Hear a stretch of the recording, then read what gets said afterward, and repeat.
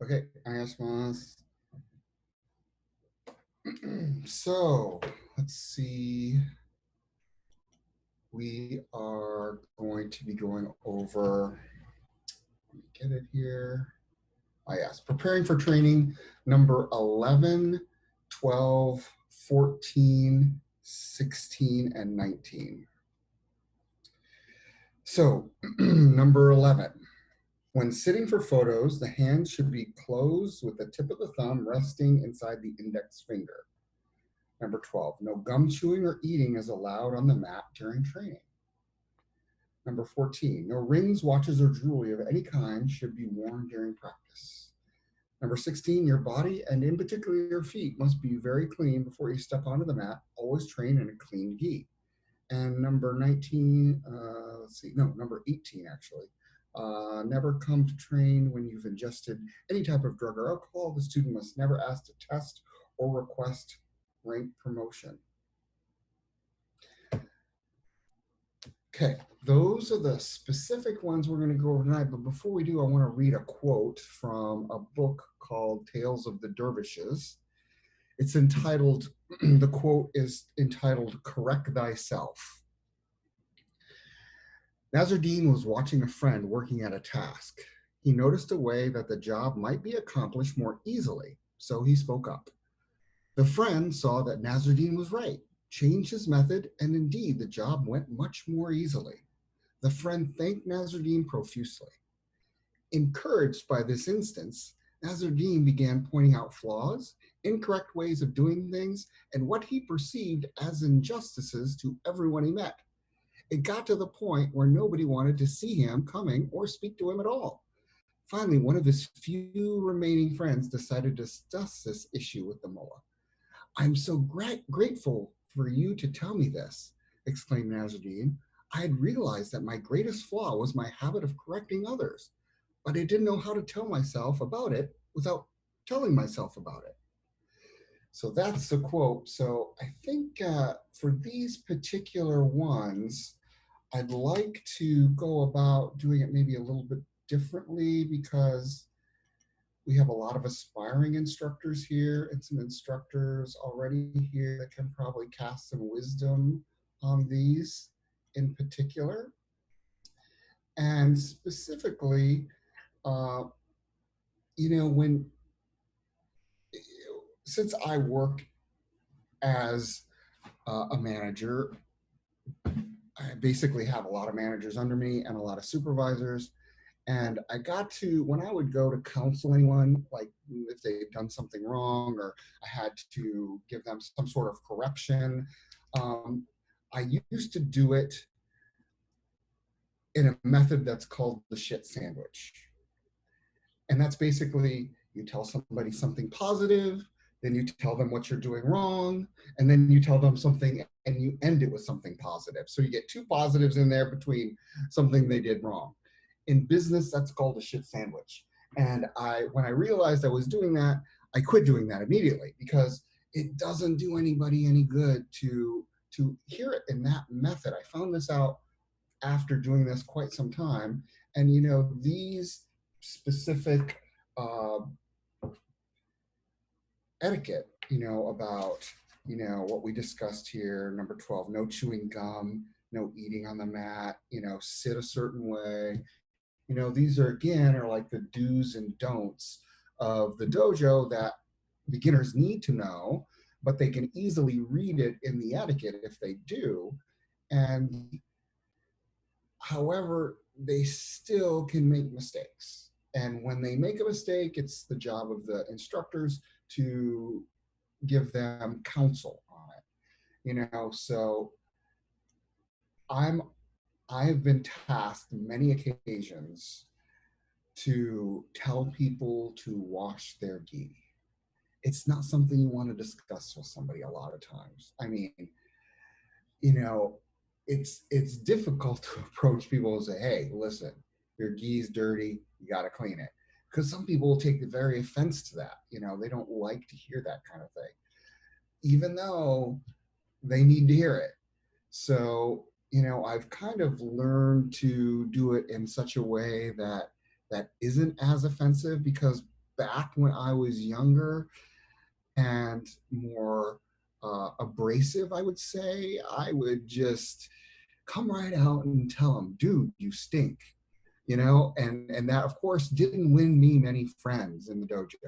So, I think that after so much experience, you do tend to go, oh yeah, there's always a better way to approach something. And I'd like to hear, from other instructors, how do you counsel students, when you see them make an error? And do you have levels of counseling? What kind of approach you might use at your dojo? Because I'd like to hear some of yours, and then I'll explain some that I've gone through with both Curtis Sensei and Suzuki Sensei in the past. Uh, you know, which I have to admit, they're master counselors in certain aspects of the training. They just know when to say it, how to say it, and it comes across really smooth. And I look at them and go, wow, why didn't I do it that way? I mean, it's really difficult in some senses. So, let's see. Let's start in the European front. How about Olaf Sensei? Schubert Sensei, can you give us some wisdom on how you counsel students? Good morning. Yeah, it's a difficult thing. I was smiling and when you were saying that, um, especially the dirty geese thing is very personal. And in my experience, it's not always only the gi; it's sometimes the person. So you always come across people like that. And to be honest, I still haven't found the answer to this. You can't do it in front of the whole class. You might lose a student altogether. Um, I had a teacher in Orlando, since we like to talk history here. uh, he would go about it like, okay, I don't care. I will call it ours in front of everybody. We don't have any secrets here. And then he would run over you, whatever you did wrong. And either you sucked it up and you changed yourself, and or you would never see the student again. But he didn't care. He said, I put it all out in front here. You don't have any secrets. We are family. Okay, but this is a very strange approach, and I don't like that. So sometimes I do it if it's a general thing that concerns safety in the dojo, like wearing jewelry, rings, or necklaces or stuff, or head here these friendship bands around the wrist where you can catch your finger in very easily when you grab them.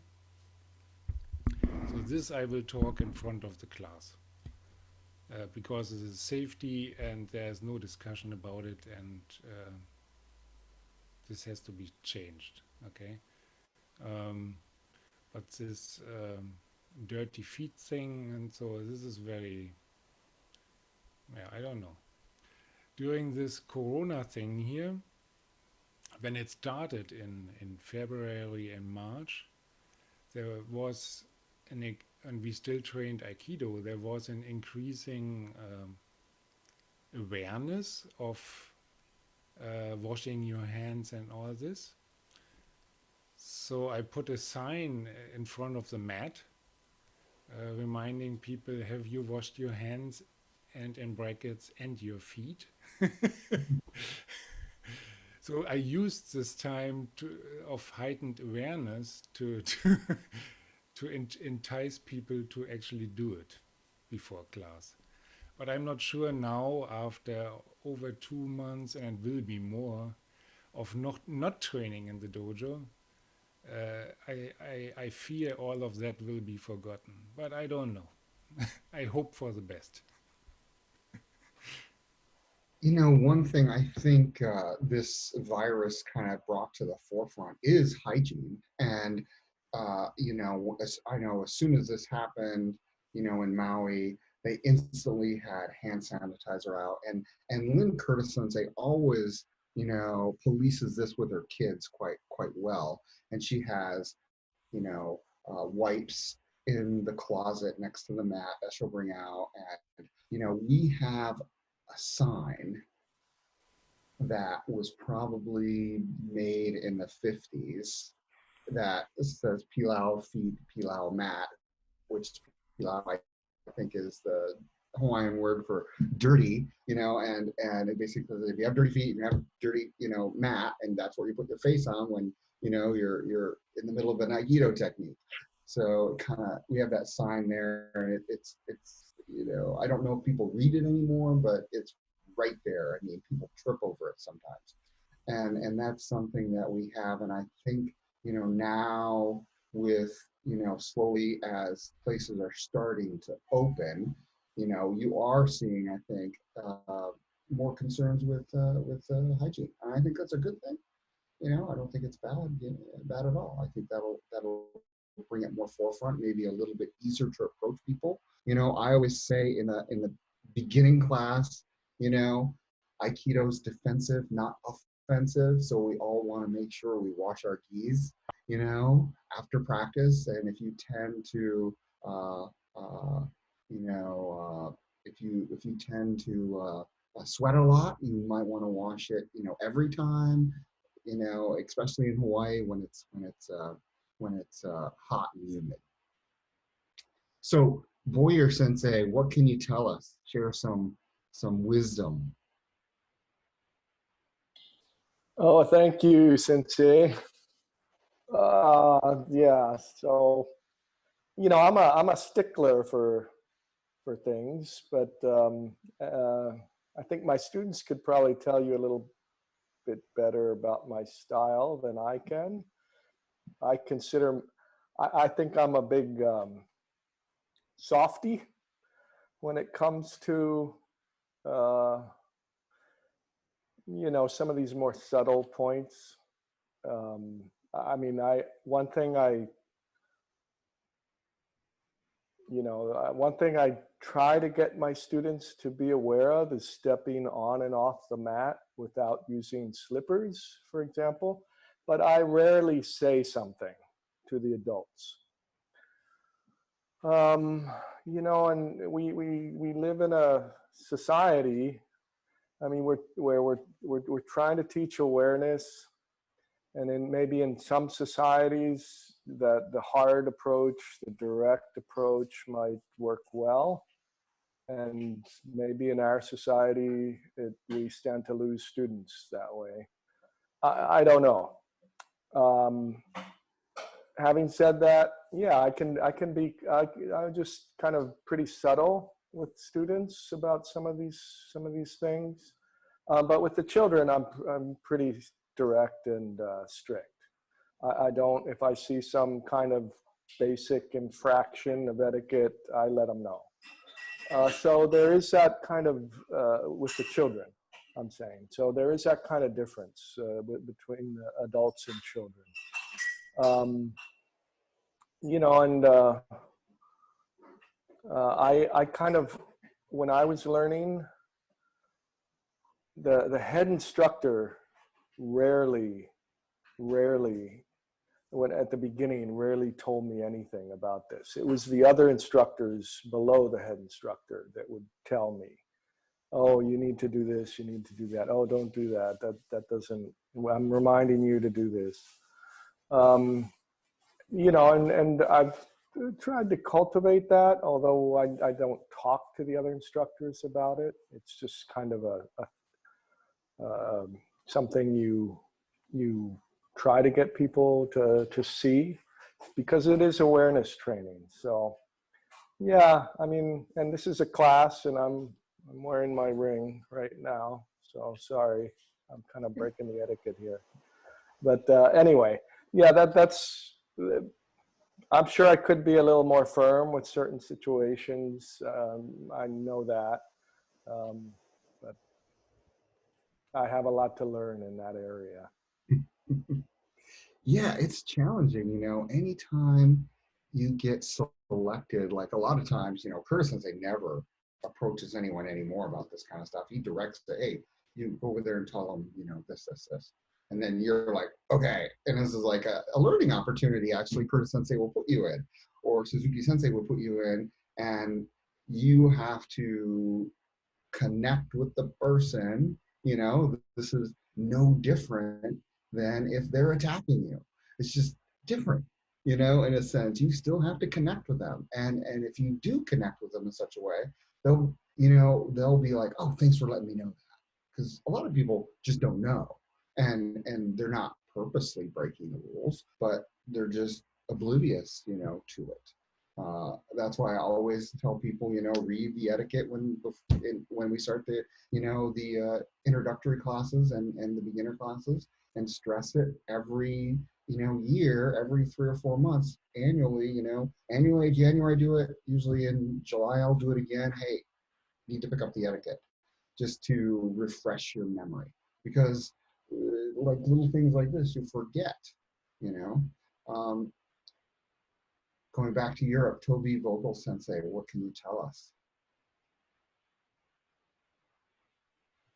Not so much as what already has been said. I think I'm in Boya Sensei's corner here. I'm really soft on this. I have no strict approach or anything. Sometimes you cannot avoid it, right? Sometimes you need to say something, and then it depends on the person, the situation, on how to approach it. I don't have a preset idea of how to do it. I just see what happens and how the person will react. The moment you start talking to him about this or her about this, and that kind of guides me through it, I guess. It's not as much the fear of losing students, but more the fear of hurting somebody's feelings in that way. I don't want to do that. I want to, always be friends with with the person, keeping a good atmosphere and not destroying the whole idea of also having fun on the mat. And I'm afraid if you are too direct in that area, you might damage that relationship in that way. It might be good for the other person, I don't know, right? It might be, hitting home better when you're strict, but I'm not like that. I cannot do that. So that's with the children, yes, like Boya Sensei said, because that's as if it's easier, maybe because the understanding of them not knowing is bigger for me in the sense that, okay, they need to be told, right? And in the adult group, you expect people to kind of know. So I guess that's the difference, maybe, for me. I have So no.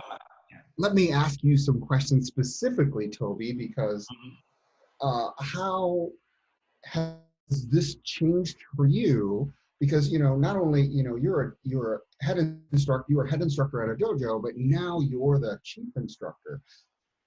How are you going to approach? You can't have the same approach if you have to counsel other instructors.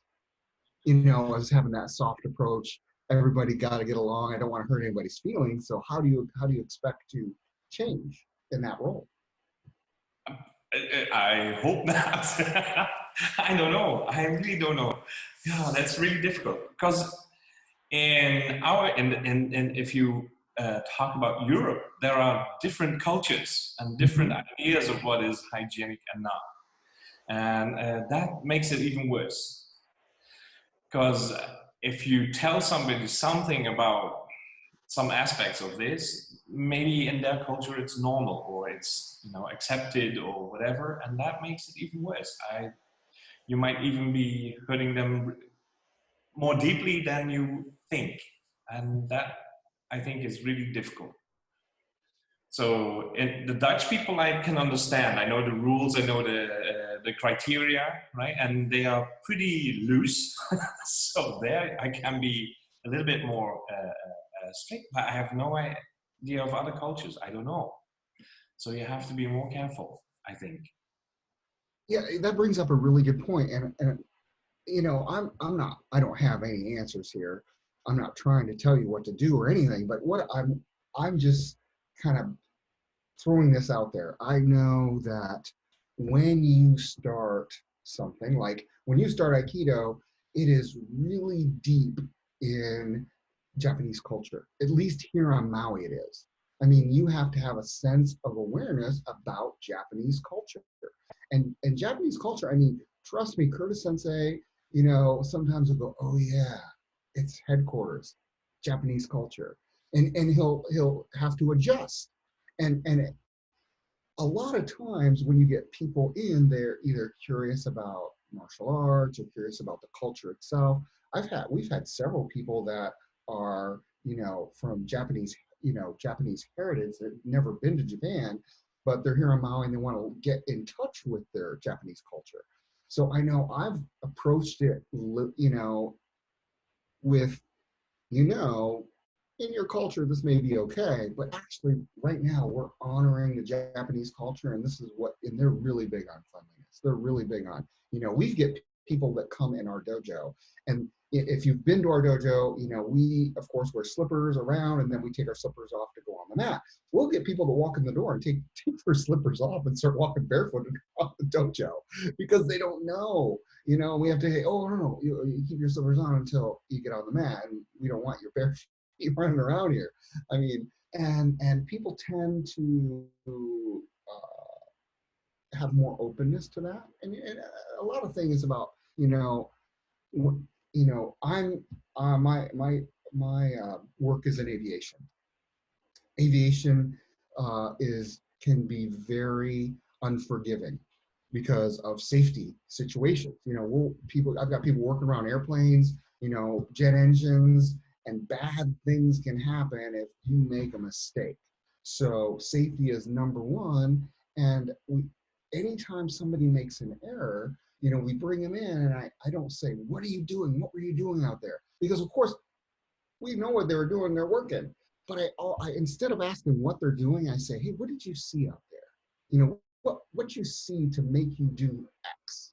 You know, ask them what they saw, because a lot of times maybe they saw something I didn't, or they're going to tell me something they saw, and then I can adjust the problem from there.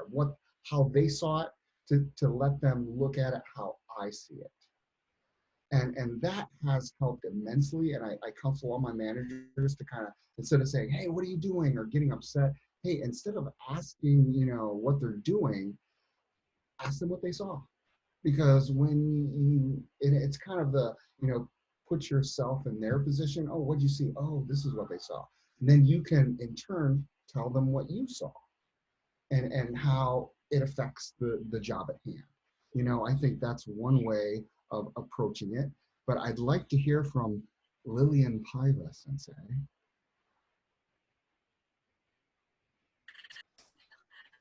Aloha, everybody. Lillian from Honaka'a. My dojo's a little bit different because we go right up from 2 steps to the actual tatami. When you open up the doors and the tatami is right there. So from day one, whether it's a child or an adult, they get a lesson as they come in the door on how to step into the dojo, off of that cement step, onto the tatami, to bow right there, checking their feet before they come in. So we kind of, everybody gets a beginner lesson right there at the door for the first few days they come.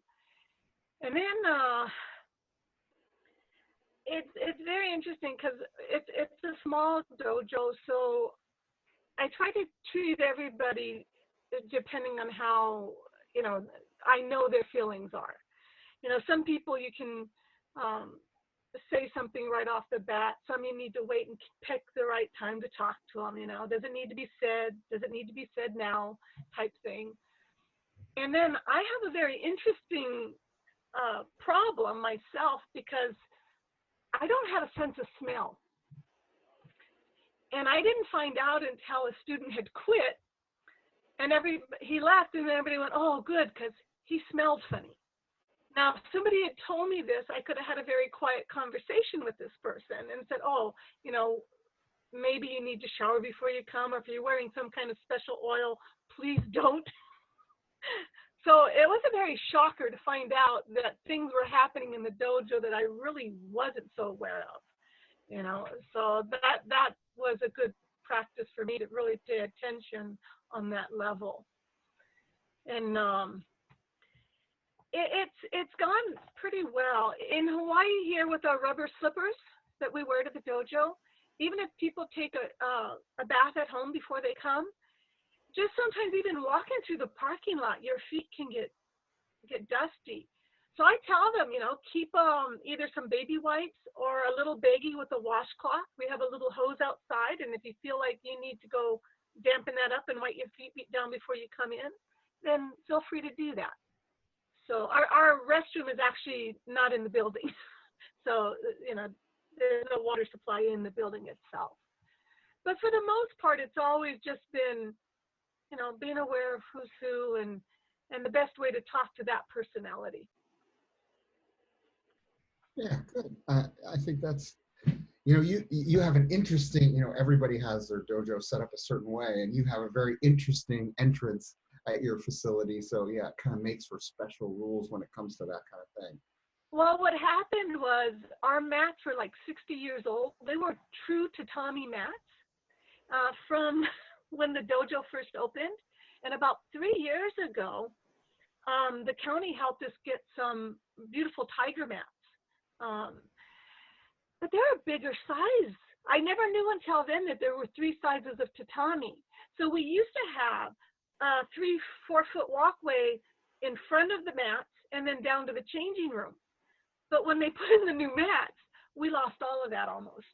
So yeah, it made it, we had to adjust. Sure. Thanks for sharing. Boyer Sensei, do you think Gandia Sensei, you could talk to him about what we're talking about, and maybe he could talk a little bit through you about etiquette and these particular points. Yeah, sure. I could certainly share some of that. Would you like him to offer his comments about right now? Be like great. everybody else? Yeah. Oh, sure. Gandia Sensei. Sí, buenos días. Buenos días. Sí, Reasoner Sensei me está pidiendo que si quieres hacer algún comentario sobre tu manera de ayudar a los alumnos a comprender la etiqueta alrededor del tatami, las diferentes maneras de comportarse, especialmente en cuanto a la presentación del cuerpo, ¿no? El gi, cómo que está limpio o no. ¿Cuál es tu forma de ayudar a los alumnos a comprender estas reglas? Sí, mi forma, pues creo que más o menos es muy básica en cuanto a la etiqueta tradicional de siempre, ¿no? Por mi trabajo con las artes marciales y con el Zen, y evidentemente también desde que estoy con vosotros la influencia de Maui pues también está ahí, ¿no? Quizá ha habido un gran cambio desde que conocí a Curtis y bueno, cuando empecé a ir a Holanda, y entonces pues a mí me gusta mucho cuidar no solo primero principal el ambiente, ¿no? Es decir, pues las fotos, las flores me gustan mucho, y después evidentemente pues la línea de los zapatos al entrar al tatami, el saludo antes de entrar, por supuesto el traje o el yogi que esté bien limpio siempre, y evidentemente cuando hago un seminario pues les indico que tienen que ir a la tintorería y blanquear el traje, y que no es bueno presentarse con un traje viejo y un traje muy gastado, ¿no? Vale, o Y, sea, ¿haces comentarios directamente sí, o...? sí, sí, directamente claro, y en presencia. Es decir, yo pienso que la mejor forma de educar o de enseñar es con uno mismo, ¿no? Sí, sí, vale. Gandia Sensei said he takes a very basic approach, and it comes from his background not only with Aikido but also with Zen practice. Um, but then he's learned a few things being around some of the other dojos, especially when Curtis Sensei started coming into the picture. Learned that he has to maybe be aware of a few other things. But he says he takes a pretty direct approach when it comes to, say, lining up slippers along the edge of the mat, keeping one's gi presentable and not torn or dirty, and so forth. So I think he says it's kind of simple and straightforward, direct with his students. Sí. También, por supuesto, el respeto antes de empezar las técnicas unos con otros y todo esto, por supuesto, también está incluido, claro. Also, like the process of beginning to pair up to do technique, that's also included in this, like the bowing and all of that before you pair with you begin doing a technique. No sé si responde esto, Sensei, pero bueno.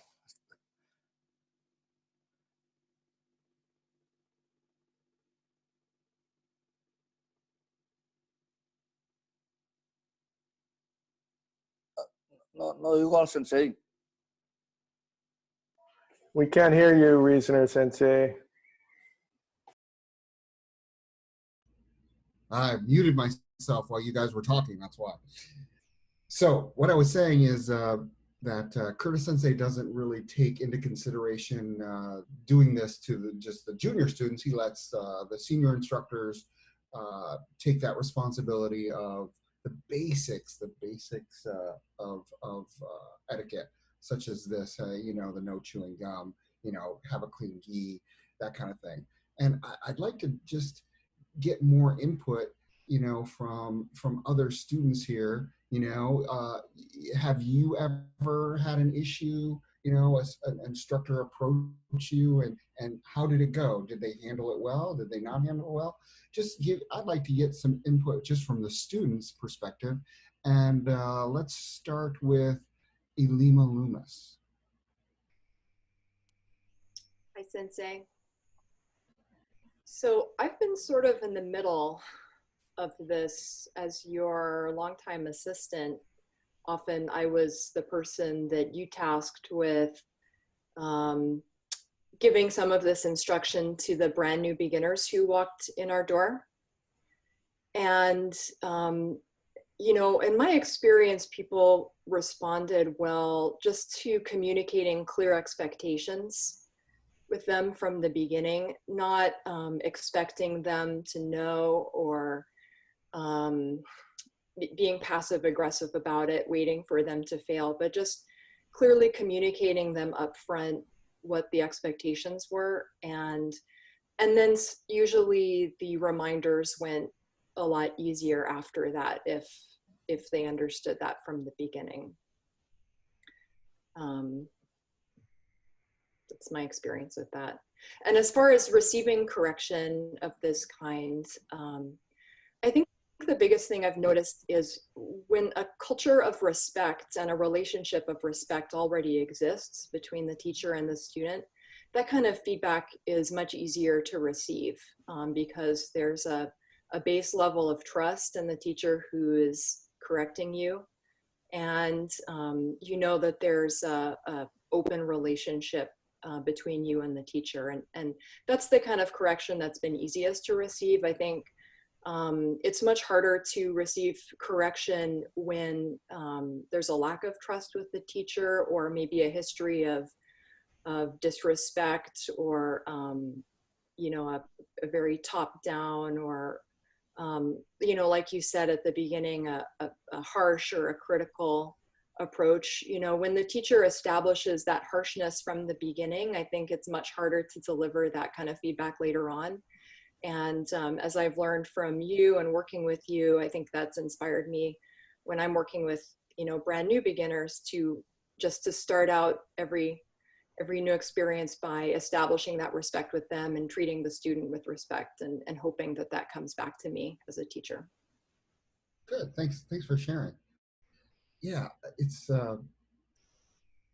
you know, I've had my share when I was a brand new student in Arizona. My first Aikido class was at a college. So I was at Paradise Valley Community College in northern Phoenix. I show up to the class, and it's kind of like the situation Lily and Paiva had, where the mats were put out in such a way that the shoes were on the other side. So me, not thinking too smart, how did the shoes get over there when you got to walk on the mat with your shoes? I didn't think take off your shoes and walk them across and put them on the other side. I wasn't that smart. I just traipsed on the mat with my shoes. And I hear the instructor from the front, take off your shoes, just screaming at me. And I just look up and go, sorry, as I ran across the dojo, my shoes to take them off. Just don't ever do that. You got to be smart sometimes, and I'm not all the time, especially when I was a brand new student in Aikido. I had no idea of culture or how to basic stuff like that. I had no concept because I had come out of the military, and in the Marine Corps, you have to understand it is a captured audience. You can't quit.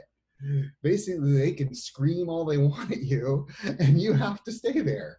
Where I had that approach in the beginning, and a good friend of mine, kind of like Nasruddin's story here, came up to me and said, you know, Trace, the students here don't have to be here. They can quit if you continue acting like that. And I went, really? They can?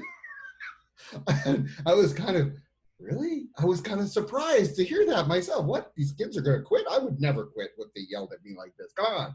It's in the etiquette.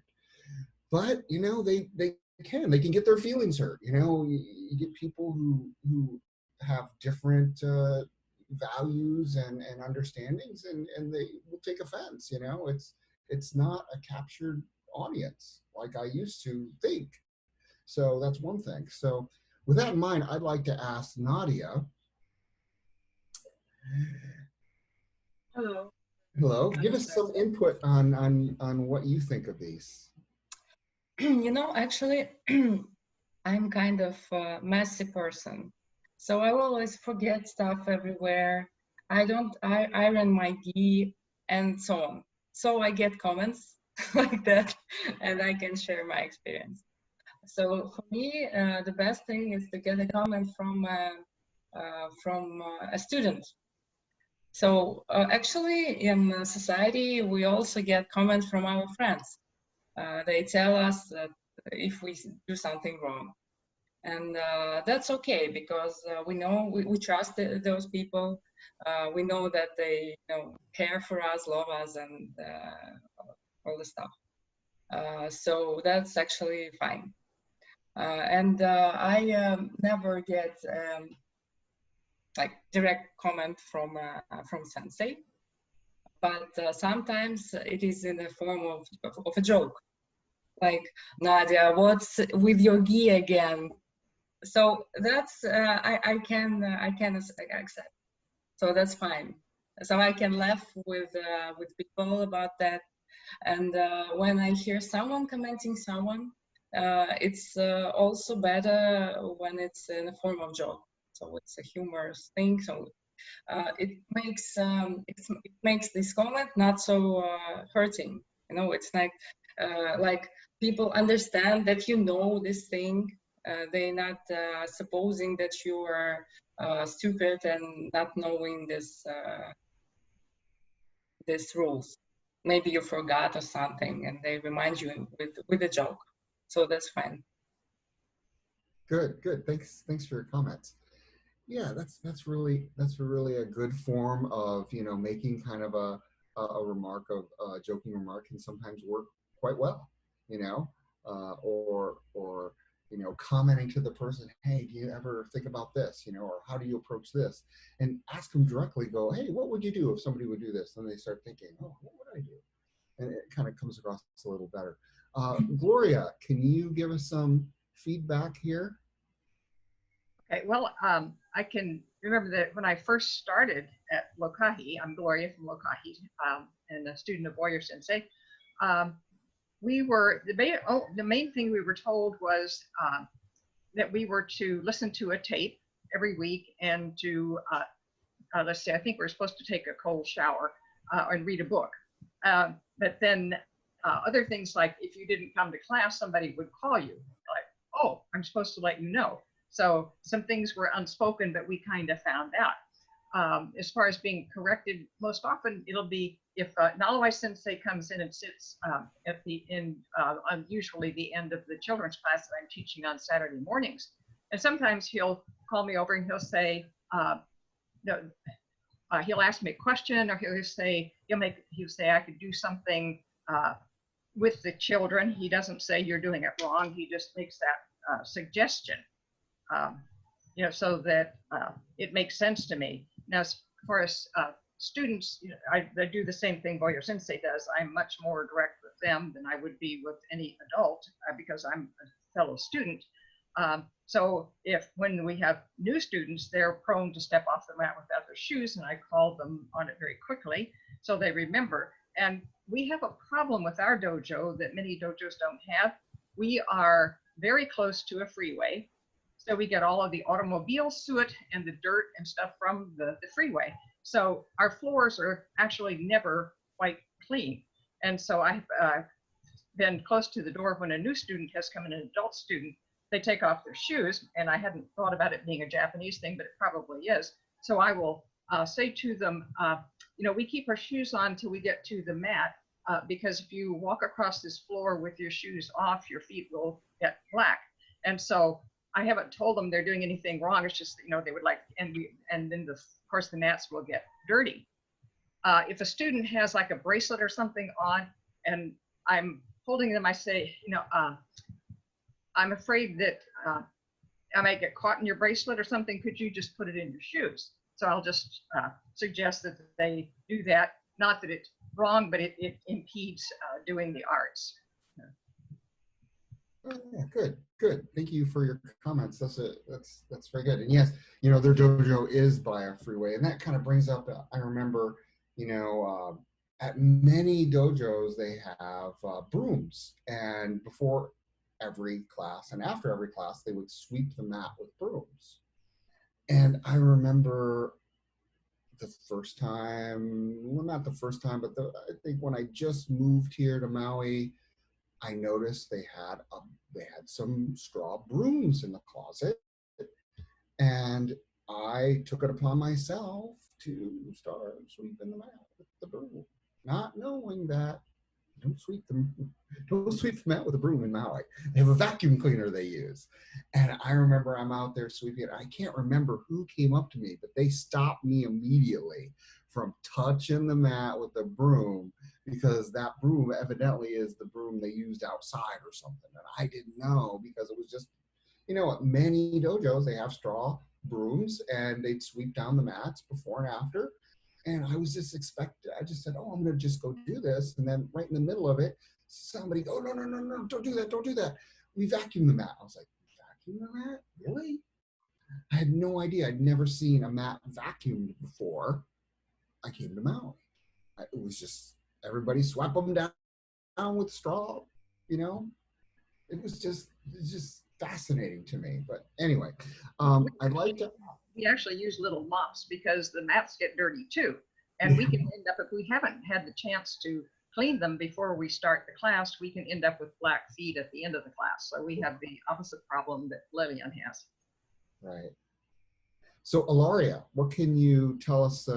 What do you find? What did you have any experiences in Seattle, or you can tell us stories about Lily and Private Sensei? Your choice. Okay, I'll do both. As far as Lillian Paiva Sensei, I was her assistant instructor for a long time, and so I would show up extra early and help open the dojo, and other students have done this as well. And so one of the jobs she'll have someone do, or two people, is to sweep the mats with the brooms before class, and when we had wood floor on the sides and the front, sweep that as well as the downstairs, the entire downstairs floor where we change. When I moved to Seattle, the Seattle dojo sweeps after. It's just what we do immediately after class, and everyone does it together, team effort. So that's the difference with sweeping. As far as etiquette, it's always been, I mean, a lot of sensei so far have said that they're more direct with children, and that's true because I started when I was 7 and I grew up in Paiva Sensei's class, and I personally think it was really good for me to know exactly what's expected of me as far as that goes and everyone else.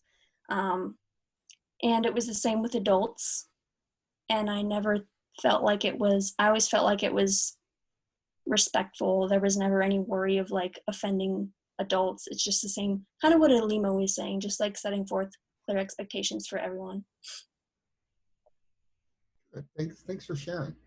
You know, anytime you want to tell stories about Lillian Paiva Sensei, just raise your hand. I'll call you for sure. So Christoph, we're going back to Europe. So Christoph, could you share some experiences you've had? Yeah, good morning, Sensei. Thank you for opening the floor to me. Well, a few things come to mind. Again, sorry to come back to my personal experience, but I started my practice of Aikido in Japan, and in Japan things were very clear from the very first day. So we had to clean up the mat every time. So after each lesson, it was part of the practice. We had to take buckets with water and some clothes and in a way I would describe this as otomo practice for the dojo, for the building, for the facility. So we had to take care of the facility each time we were practicing.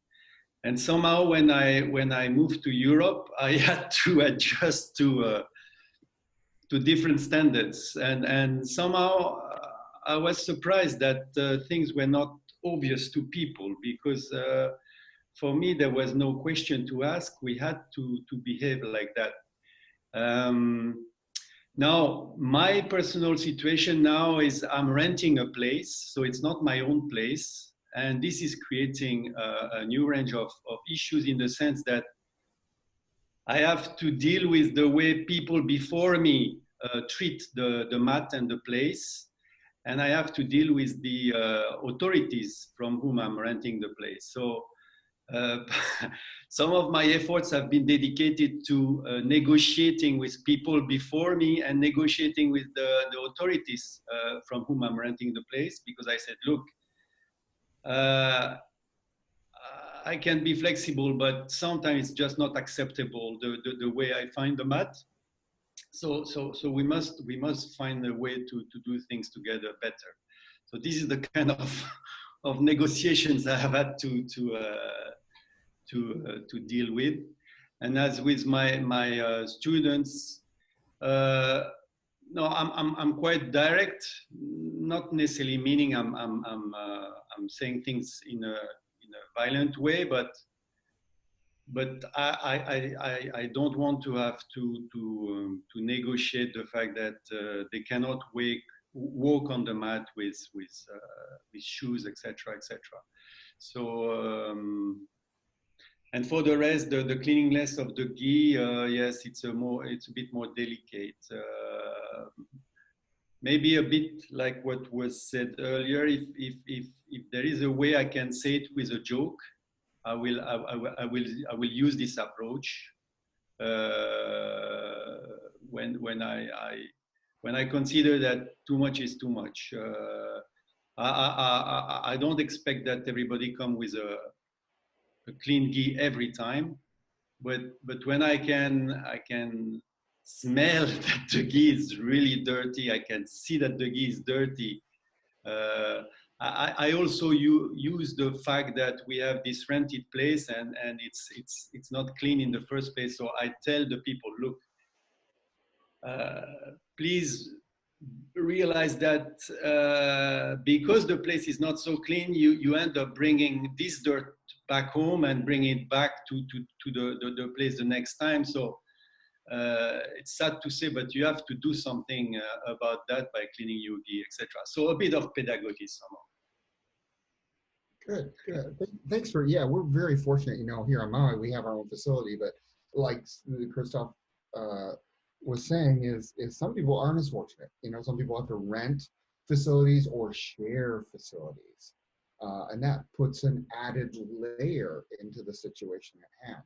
You know, I just got a little chat and it basically, the Hawaiian word for today is pilau, and that means stink, not dirty, which I said because we have a little sign that says pilau feet, or pilau feet, pilau mat.